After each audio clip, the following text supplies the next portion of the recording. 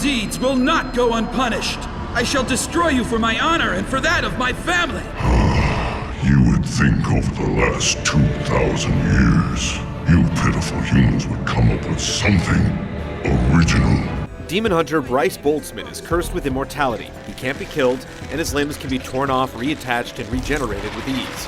Does NeverDead's dismembered premise bring a welcome twist to the standard action fare, or does it just cause massive headaches?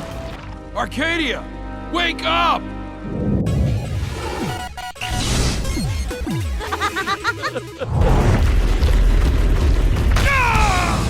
Cursed 500 years ago, Bryce now finds himself working for NADA, the National Anti-Demon Agency.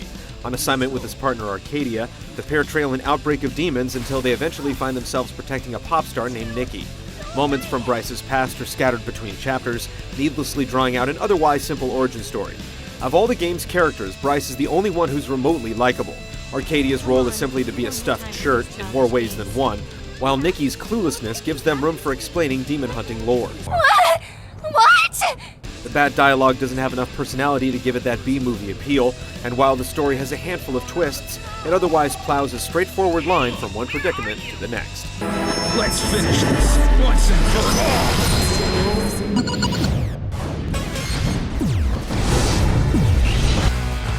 Your journey against the demon horde spans 9 chapters, lasting roughly an hour each. You'll fight through a police station, train tunnels, and a collapsing bridge, but the set changes aren't enough to overcome the tedium of clearing out the same mobs of enemies again and again. Doors are blocked until you've killed every last creature in an area, which often entails hacking away at hardy spawn pods with awkwardly placed weak points.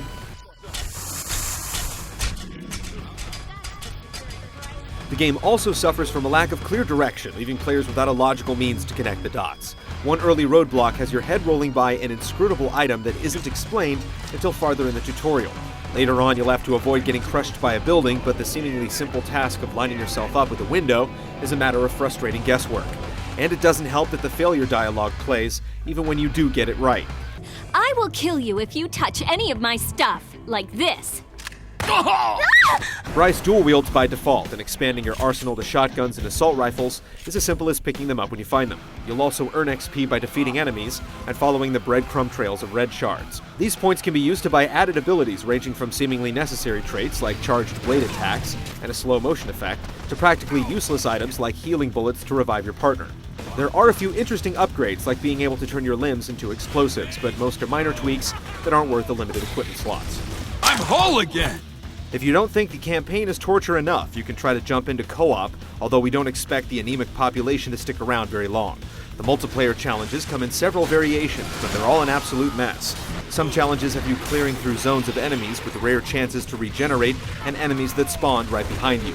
There are quick checkpoint races and Easter egg hunts, and then there are these sad excuses for rescue missions that have you walking longer and longer routes to fetch civilians. Their plotting pace has you constantly stopping to wait for them, and the enemies that are supposedly threatening them aren't anywhere to be seen. Best of all, players that ignore the goal to hack up enemies on the other side of the map are awarded more points in the end.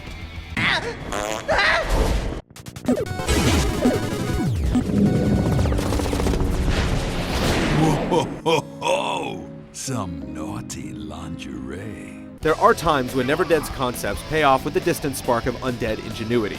You can rip off your head and roll it through vents like a Metroid morph ball, you have to throw an arm into one boss's mouth to shoot it from the inside, and you'll need to light yourself on fire to see in a darkened hallway.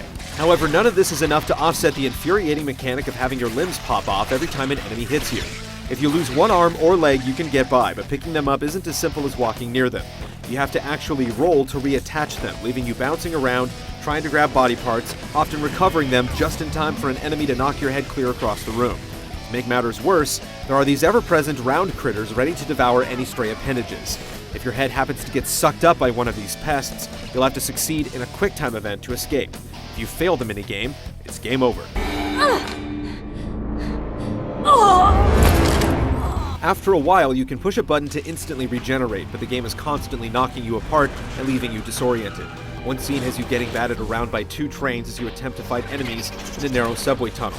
Another puts you inside a stomach that rotates like a tumble dryer, constantly knocking you off your footing. If you get lucky, environmental destruction and explosions can take out your enemies, but you and your partner are just as likely to get caught up in the collateral damage. Get your head in the game. Bryce. Of course, none of these issues are helped by clumsy controls in every area. Camera movement is stiff, aiming makes use of dual reticles that spread apart and lose accuracy when you move, and the default handguns feel completely powerless. To swing your sword, you have to waggle the right stick from side to side, and gathering power for a charge swing takes ages. To sum it up, your character simply feels far too sluggish to adequately react to the rushing mobs. I hope you get cursed for all eternity! Already been done, kid.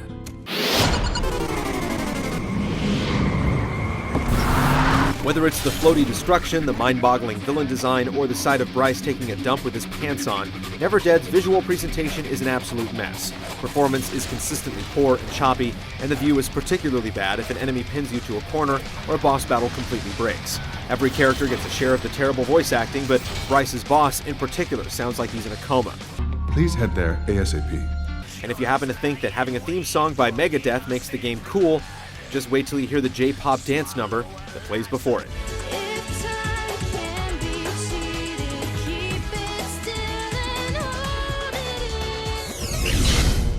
Like flowers in a trash dump, the fragrance of NeverDead's high points is overpowered by the tons of garbage surrounding them.